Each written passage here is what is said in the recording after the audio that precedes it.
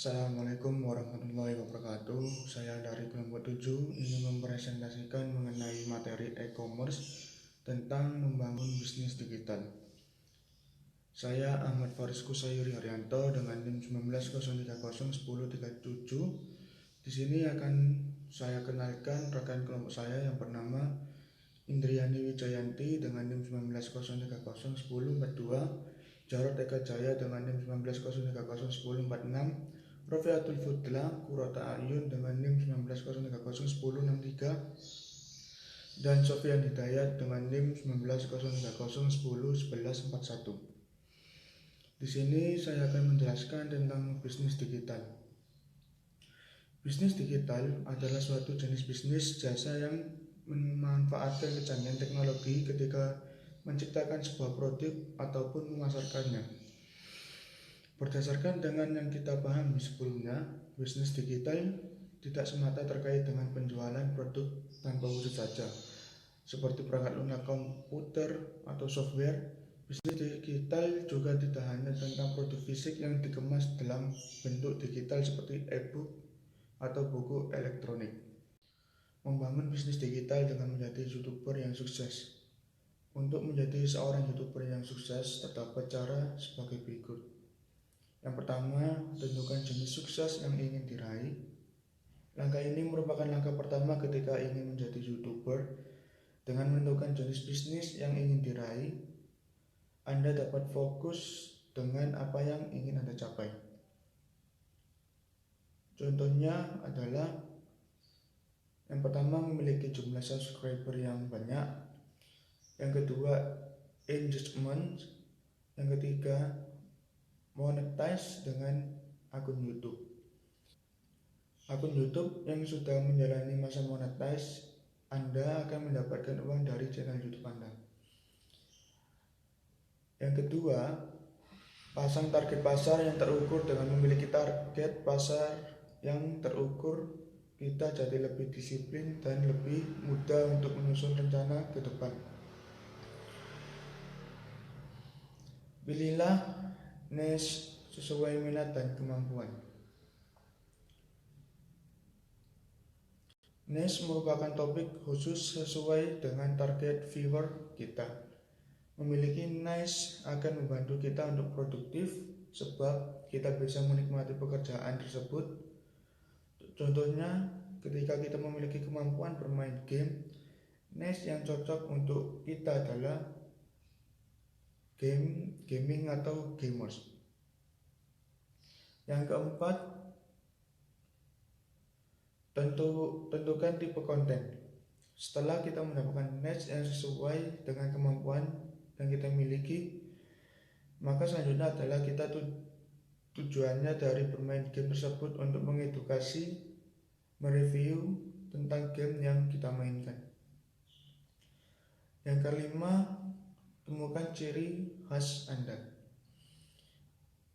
Memiliki ciri khas merupakan hal yang wajib untuk menjadi seorang YouTuber. Tips menjadi YouTuber sukses dengan ciri khas yang kuat diantaranya adalah: yang pertama, jadilah diri sendiri.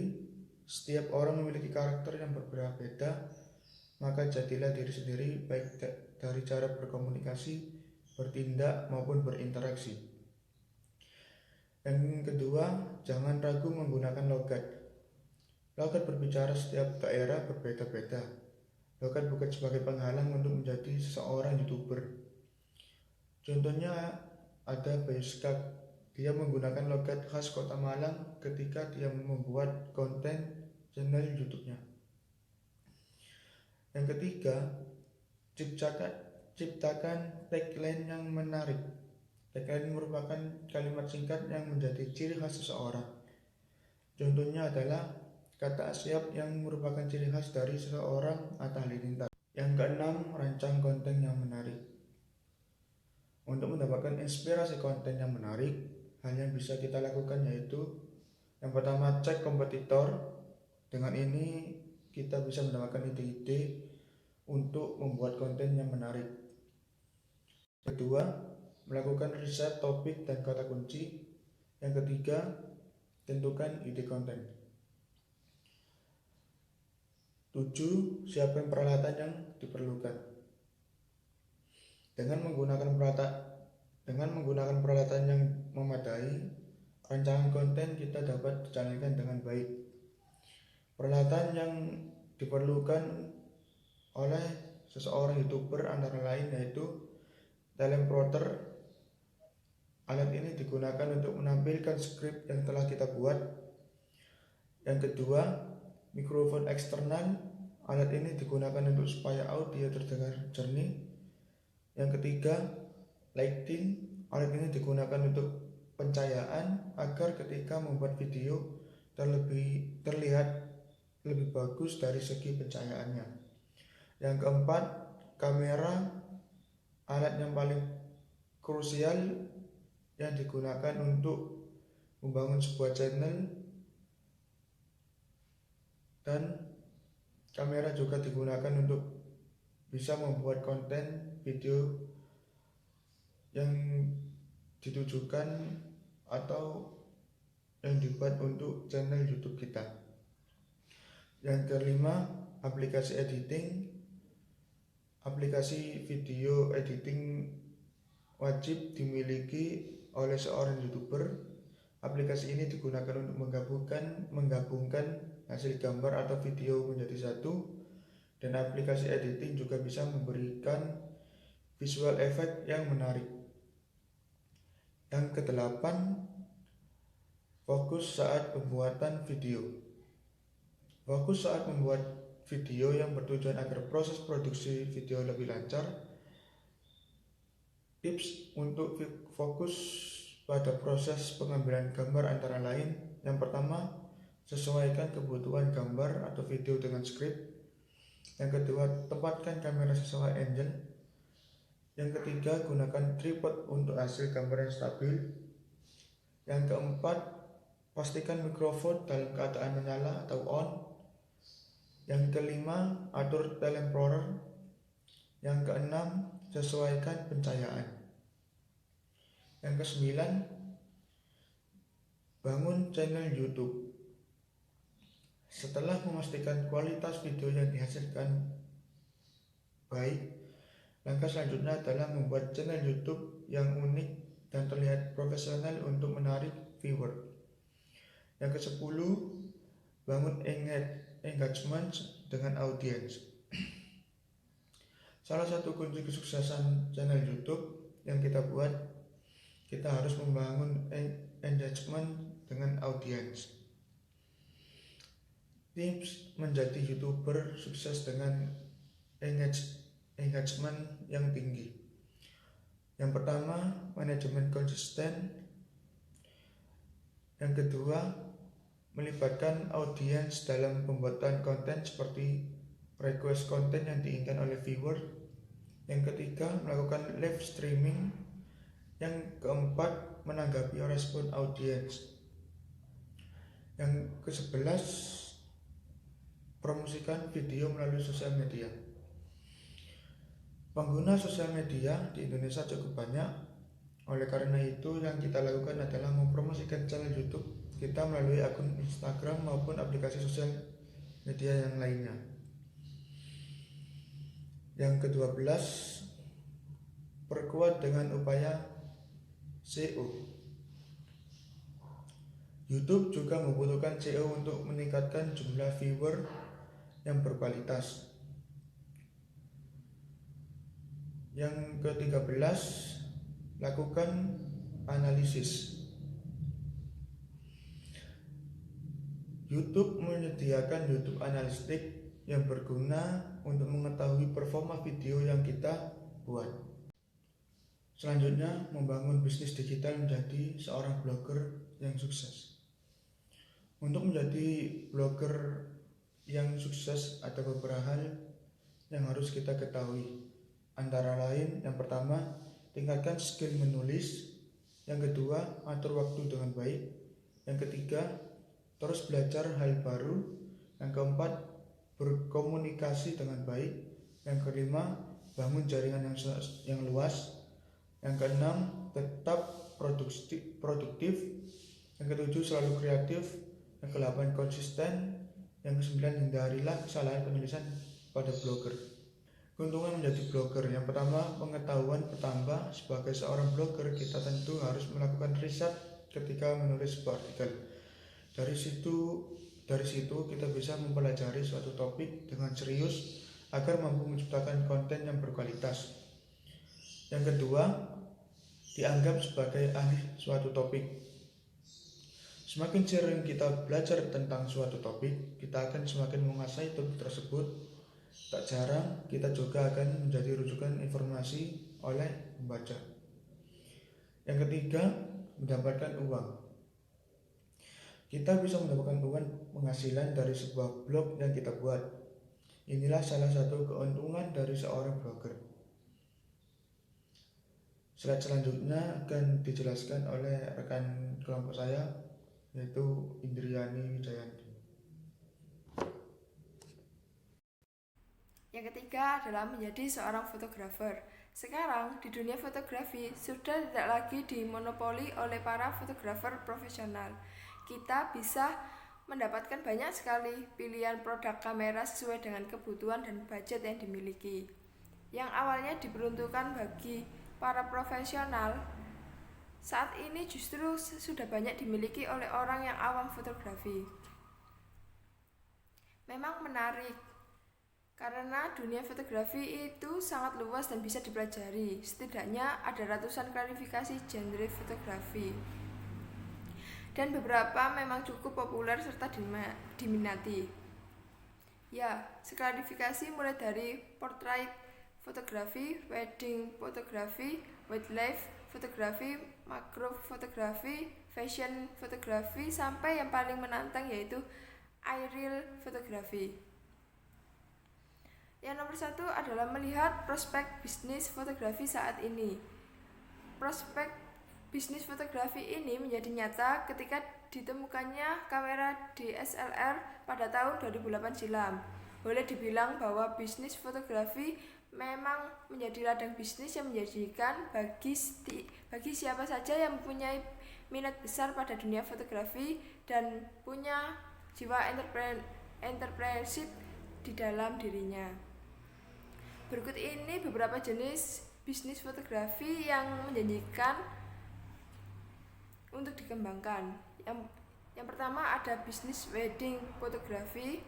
Yang kedua ada bisnis fotografi komersil.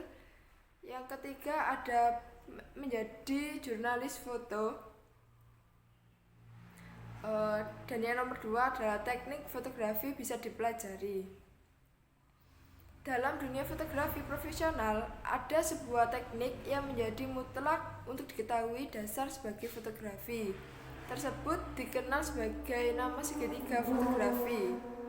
Seorang fotografer wajib mengetahui dan menguasai teknik dasar ini. Segitiga fotografis dibangun atas dasar 3 elemen, yaitu penghasil cahaya, yakni shutter speed, aperture, dan ISO. Yang nomor 3 adalah semua bisnis fotografi berawal dari hobi. Seorang pehobi tentu selalu tidak akan mudah puas dan ia akan selalu belajar sampai akhirnya memiliki skill yang mampu menyaingi para profesional. Fotografi bisa Anda lakukan dimanapun, baik indoor, outdoor, di pantai, di pegunungan, bahkan di atas gedung pencakar langit. Yang nomor 4, menjalankan bisnis fotografi harus berani untuk menjadi seorang yang profesional. Bisnis seorang fotografer harus berani menjadi seorang profesional, tidak harus membangun sebuah studio dengan unit peralatan yang lengkap. Namun, profesionalisme bisa dilakukan dari pekerjaan kecil seperti menerima tawaran pemotretan prewedding dari teman atau pemotretan liputan acara-acara kantor maupun sekolah. Ada beberapa keuntungan yang Anda dapat setelah berani menjadi profesional, di antara lainnya adalah pengalaman baru, self-reliance yang didapat, serta karya Anda yang diminati oleh orang lain. tentu ini adalah sebuah kebanggaan yang tersendiri. Yang nomor 4 adalah menjadi instruktur online. Pada instruktur online terbagi menjadi 3 sesi, yaitu sesi awal, sesi tengah, dan sesi akhir. Yang pada sesi awal, peserta diberikan penjelasan mengenai apa itu digital marketing, perkembangan digital marketing secara umum, keunggulan serta kelemahan dari pemanfaatnya. Dijelaskan pula media-media yang dapat digunakan untuk pemasaran secara digital, untuk kemudian fokus kepada media sosial. Pada sesi tengah, yaitu peserta diajarkan cara membuat akun Facebook serta akun page Facebook. Setelah akun terbuat, peserta dijelaskan mengenai simbol-simbol yang terpampang di dalam beranda Facebook. Dan yang sesi terakhir adalah sesi tanya jawab tentang hal-hal yang masih belum dipahami oleh peserta atau sekedar berkonsultasi dan meminta tips tentang digital marketing yang sesuai dengan bisnis yang sedang mereka jalankan. Yang kelima adalah menjadi pengarang untuk orang lain. Rahasia menjadi penulis artikel SEO profesional terbagi menjadi 3, yaitu tulislah sesuatu yang orang butuhkan, pastikan Anda membuat artikel yang cukup panjang dan berisi, dan terapkan dasar-dasar SEO. Untuk yang pertama, tulislah sesuatu yang orang butuhkan. Dengan menuliskan tulisan yang orang suka, tentu saja tulisan yang Anda akan dicari dan memberikan manfaat bagi orang lain. Namun, menjadi seorang penulis artikel SEO tidak hanya harus memiliki kualitas tulis yang bagus. Ada hal penting lain yang juga harus Anda lakukan, yaitu meriset kata kunci. Untuk yang kedua, memastikan Anda membuat artikel yang cukup panjang dan berisi. Hal selanjutnya yang harus diperhatikan saat Anda menulis di situs yang masih baru, maka artikel yang panjang sangat Anda perlukan sebagai langkah optimasi situs tersebut. Pastikan di dalam artikel tersebut heading, subheading, dan keyword yang sudah Anda bidik. Dan yang ketiga adalah terapkan dasar-dasar SEO. Sebagai seorang penulis artikel SEO, apalagi sebagai pekerja di top digital agency, Anda dituntut untuk paham tentang dasar-dasar SEO. Itu apa saja? Mengetahui ilmu dasar SEO menjadi salah satu hal penting bagi seorang penulis. Yang nomor 6 adalah menjadi pembuat chatbot. Chatbot merupakan aplikasi atau layanan yang berinteraksi dengan pengguna melalui percakapan teks. Chatbot bekerja untuk menggantikan peranan manusia dalam melayani pembicaraan melalui aplikasi pesan. Chatbot telah menjadi lebih populer di grup bisnis saat ini karena bot memastikan semua pesan dari pelanggan biasa ditangani dengan cepat dan perusahaan dapat menghemat biaya operasional. Lanjutannya ada 4. Berikut yang pertama, tentukan tujuan chatbot. Yang kedua, pilihlah platform yang akan digunakan. Ketiga, pastikan alur percakapannya jelas. Keempat, gunakan interface yang mudah dan menarik. 7. Menjadi pasar afiliasi. Pasar afiliasi adalah cara mendapatkan uang dari internet. Memungkinkan untuk menghasilkan uang dari mempromosikan produk dengan kode referral. Keuntungan Anda mendapatkan dari komisi penjualan jika ada yang membeli produk menggunakan kode referral Anda. Pada dasarnya, pemasaran afiliasi adalah cara mendapatkan uang dengan cara mempromosikan produk. Berikut cara-cara melakukan afiliasi pemasaran. Di sini ada 7 cara.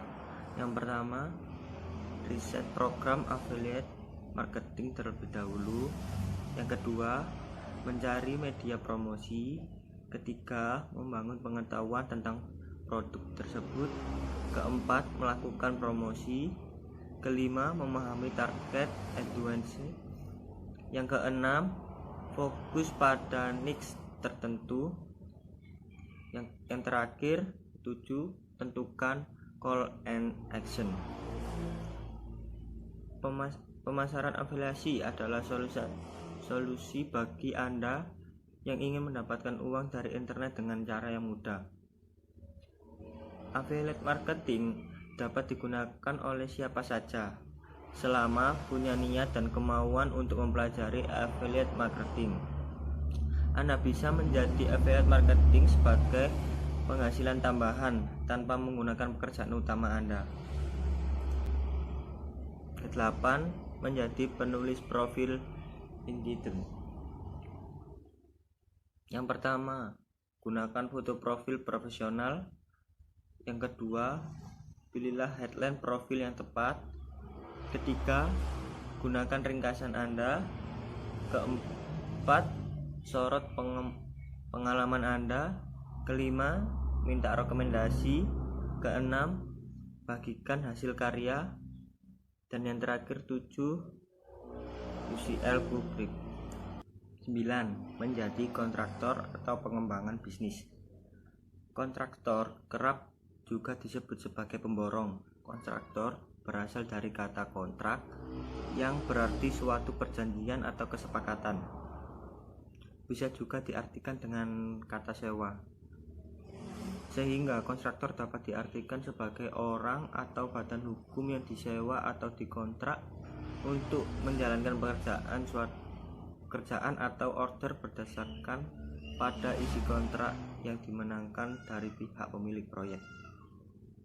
Yang dimana pemilik proyek bisa berasal dari badan hukum, instansi pemerintah, badan usaha, atau perorangan yang sudah melakukan penunjukan resmi. Penunjukan resmi tersebut juga disertai dengan target proyek, aturan penunjukan, dan juga pekerjaan atau order yang dimaksud dalam kontrak, serta telah disepakati oleh owner atau pemilik proyek dengan kontraktor pelaksana. Berikut adalah 6 bidang pelaksana jasa konstruksi. Yang pertama, arsitektur, mekanikal, elektrikal, sipil, pekerjaan integrasi, tata lingkungan. Tips membangun bisnis kontraktor. 1. Mencari pengalaman dengan bekerja pada perusahaan kontraktor. 2. Membangun relasi dengan pihak lain. 3. Menyusun rencana bisnis. 4. Mendapatkan izin usaha. 5. Mengkaji pinjaman usaha industri. 6. Memperluas bisnis kontraktor. Dan 7. Tak berhenti melakukan promosi. Membangun bisnis apapun tentunya membutuhkan komitmen dan tingkat kedisiplinan yang tinggi. Tidak terkecuali pada bisnis kontraktor. Pilihlah spesialisasi bisnis kontraktor yang akan digeluti. Dengan begitu, Anda bisa fokus dengan perencanaan yang lebih baik. Juga jangan lupa dengan melakukan tips pengembangan bisnis di atas, kemungkinan Anda telah membangun bisnis yang sukses akan lebih besar. Jadi, selamat mencoba. Selanjutnya, menjadi infopreneur. Infopreneur sebenarnya berasal dari gabungan dua kata, yaitu information dan entrepreneur. Kalau kata entrepreneur, Anda pasti sudah sering dengar, yang kurang lebih artinya pebisnis atau pengusaha. Nah, saat Anda menjadi seorang infopreneur, sebenarnya Anda menjadi seorang entrepreneur atau pebisnis. Hanya bedanya adalah produk atau jasa yang dibuat dan dijual adalah informasi. Menjadi infopreneur yaitu menjadi entrepreneur atau pebisnis di mana produk atau jasa yang dibuat atau dijual berupa informasi. Informasi yang Anda jual bisa berupa pengetahuan, keahlian, atau pengalaman Anda yang berharga, diminati dan bermanfaat bagi orang lain. Selanjutnya beberapa kelebihan dan potensinya yaitu 1. High demand and recession proof. 2. Low startup capital. 3. High profit margin. 4. Bisa bekerja dari mana saja. 5. Global market. 6. Bisnis berjalan dan buka 24 jam. 7. Easy to differentiate and stand out. 8. Helping people and get paid. Selanjutnya menjadi flipper situs web. Ide usaha online yang menguntungkan dan menjanjikan ini, makna populernya adalah flipping. Kegiatan yang dilaksanakan adalah belanja domain atau website. Sesudah itu, mengelolanya selanjutnya menjualnya bersama dengan harga yang lebih tinggi. Beberapa hal yang mampu dilaksanakan antara lain: 1. Membuat situs terasa berasal dari nol bersama dengan domain yang baru, meningkatkan performa dan nilainya, selanjutnya menjualnya.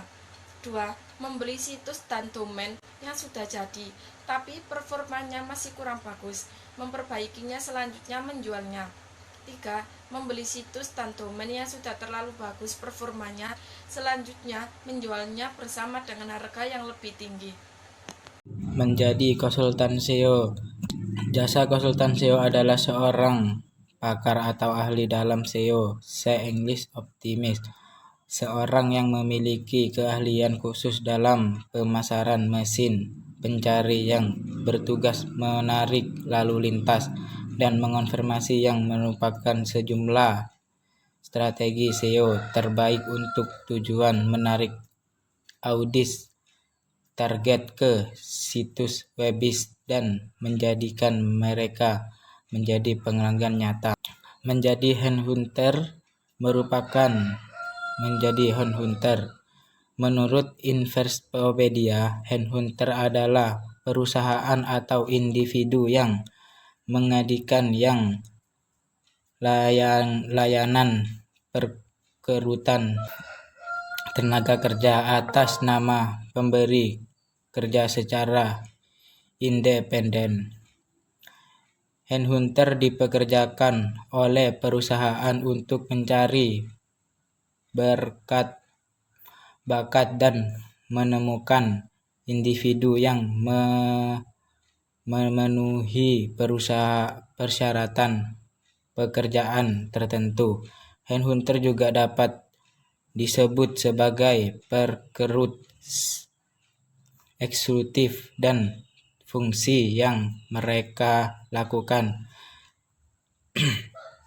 sering disebut pencarian eksekutif. Perusahaan menggunakan jasa headhunter karena ia umumnya telah memiliki sekumpulan data kandidat untuk posisi tertentu. Setelah itu, ia juga dinilai mampu mencari bakat dengan melihat potensi calon kandidat. Skill yang dibutuhkan seorang headhunter. Yang pertama, memahami lingkungan dan tren bisnis saat ini. Digitalisasi saat ini telah memenuhi hampir seluruh bisnis. Yang kedua, memiliki keterampilan sales. Headhunter bisa seorang sales yang mampu menjual kemampuan yang ditawarkan kepada perusahaan. Yang ketiga, mampu melakukan analisis. Biasanya headhunter tak mencari kandidat terbaik, tapi yang paling sesuai dengan kriteria yang dibutuhkan. Yang keempat, memahami teknologi. Selain memahami perkembangan teknologi saat ini, headhunter juga harus mampu mengelola bagian aplikasi dan software yang diumumkan dalam proses rekrutmen. Yang kelima, mampu membangun networking. Teknologi telah membuat semua informasi tersedia dengan cepat. Tapi membangun dan memelihara networking tetap penting. Yang terakhir, kerahasiaan. Terkadang headhunter diminta untuk mencari kandidat yang dapat mengisi posisi-posisi penting. Tanpa keberadaan jasa freelancer ini, website yang dimiliki jadi kurang maksimal dalam menarik konsumen. Keberadaan Converting memang memberikan banyak keuntungan berbekal kemampuan menulis yang padat, informasi jelas dan mampu mempengaruhi pendapat konsumen. Anda dapat meningkatkan pemasaran dengan lebih cepat. Selain itu, anggaran untuk biaya iklan pun bisa ditentangkan dan dapat bersaing dengan website lainnya untuk meningkatkan jumlah pengunjung dan mendorongkan penjualan produk.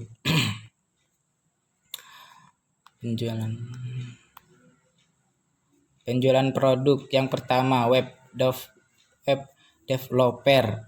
Persaingan dunia usaha yang kompetitif mendorong Anda untuk tampil menonjol, terutama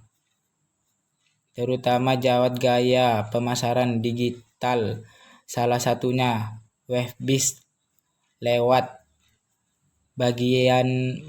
berbagai situs gratis. Yang kedua, digital marketer. Dunia digital saat ini memang sangat membantu pelaku bisnis, terutama dalam melakukan pemasaran produk dan jasa.